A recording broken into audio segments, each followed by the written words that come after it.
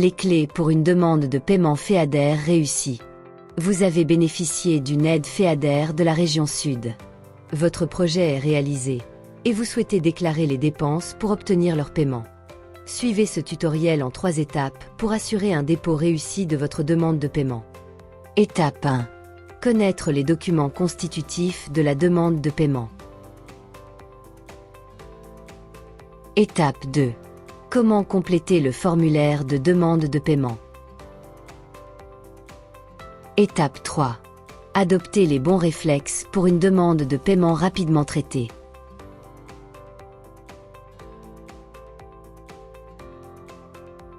Étape 1. Connaître les documents constitutifs de la demande de paiement. Pour compléter le formulaire, munissez-vous de la convention d'attribution de l'aide et ses avenants. Vous y retrouverez notamment les dépenses éligibles, le calendrier de réalisation, le plan de financement et autres informations utiles. Les factures acquittées. Des pièces des marchés publics si vous êtes soumis aux règles de la commande publique. Des pièces justificatives pour les frais de personnel, les fiches de temps passé sur l'opération et les bulletins de salaire. Étape 2. Comment compléter le formulaire de demande de paiement? Regardons rapidement les différentes parties du formulaire. Une en-tête qui indique le dispositif auquel le formulaire est rattaché. Une partie réservée à l'administration. Un rappel de l'objet du formulaire, selon que vous demandez un acompte ou un solde. Une partie dédiée aux dépenses que vous déclarez. Une partie réservée aux engagements que vous prenez. Une partie pour vos coordonnées bancaires. Une partie pour le plan de financement de l'opération. La liste des pièces justificatives.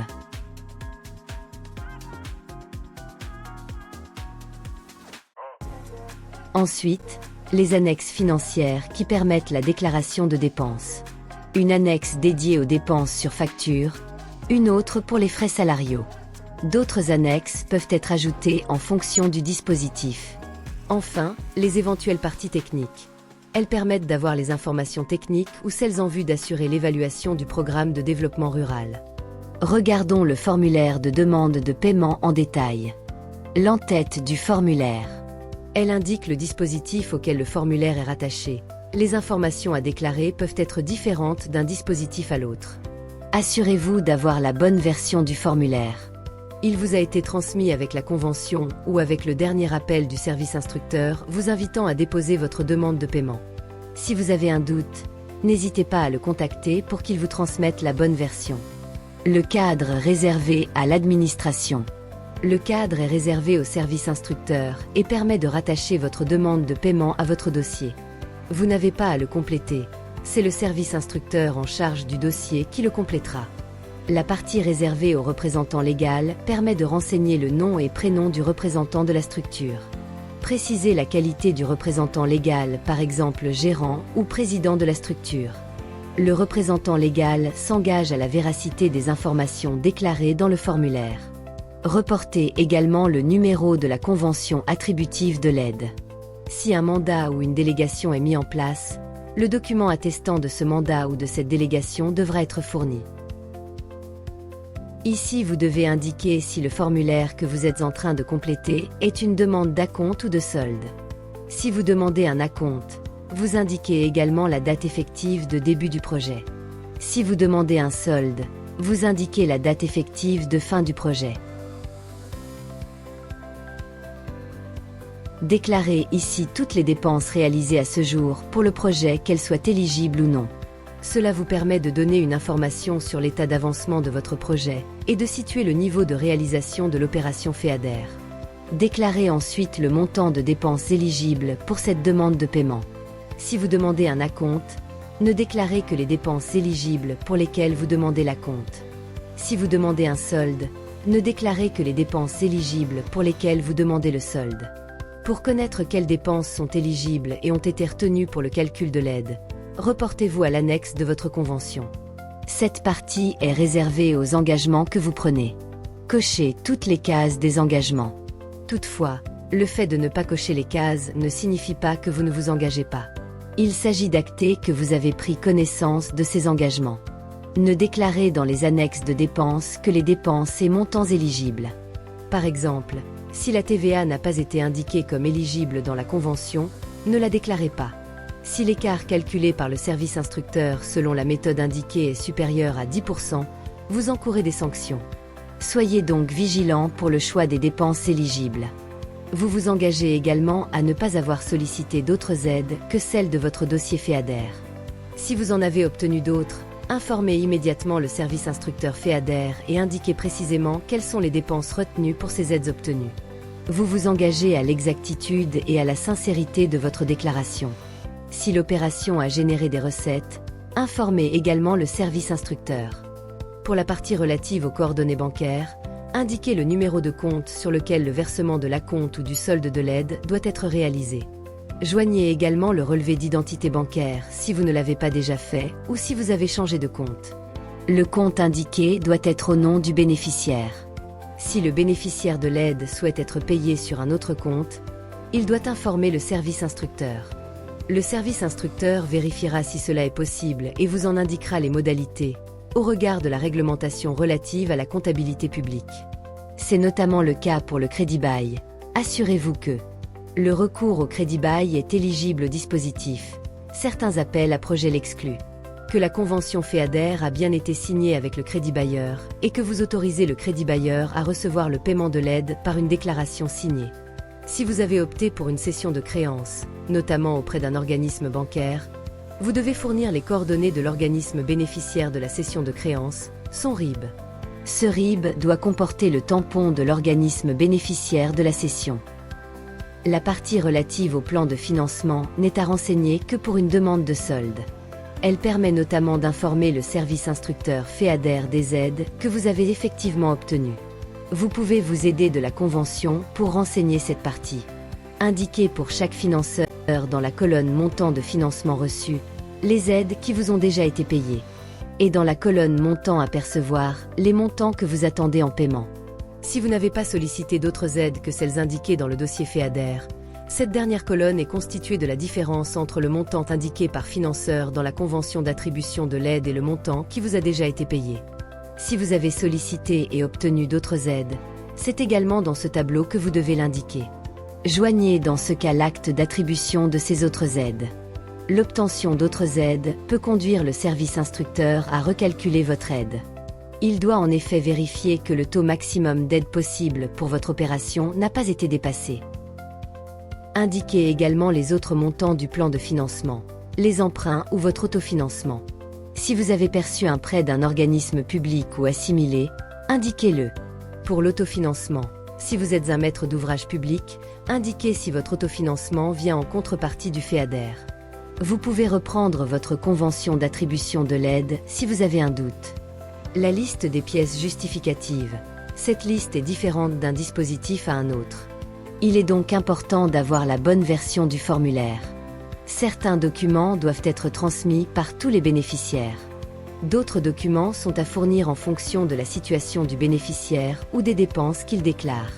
Toute demande incomplète ne fera pas l'objet d'une instruction. Il est donc important que les documents soient fournis. Ayez bien en tête que des informations complémentaires pourraient être demandées par le service instructeur. Chaque projet est différent. La liste des pièces justificatives permet d'avoir les informations minimales en fonction du bénéficiaire et du projet. Par conséquent, le service instructeur peut avoir besoin de plus d'informations pour assurer la conformité du projet FEADER. N'oubliez pas de compléter la dernière partie par le représentant légal, de le faire signer et d'apposer le cachet de la structure. Passons aux annexes financières. Tout d'abord l'annexe dédiée aux dépenses sur facture. Les postes varient en fonction des dispositifs. Reprenez bien les postes indiqués dans votre convention. Reportez toutes les factures que vous souhaitez déclarer et que vous avez préparées en amont. Un conseil: vérifiez une à une l'éligibilité des dépenses inscrites dans les factures. Aidez-vous de l'annexe à la convention FEADER. Et enregistrez-les en même temps. Cela vous permettra de gagner du temps et de conserver l'ordre par lequel vous les déclarez.